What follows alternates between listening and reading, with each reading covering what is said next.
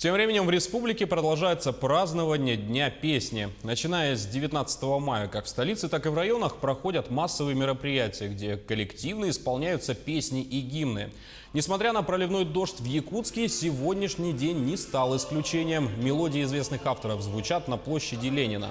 Порядка 150 артистов филармонии, театра оперы и балета, театра эстрады, а также студенты и школьники исполняют патриотические произведения и музыкальные композиции дружбы народов.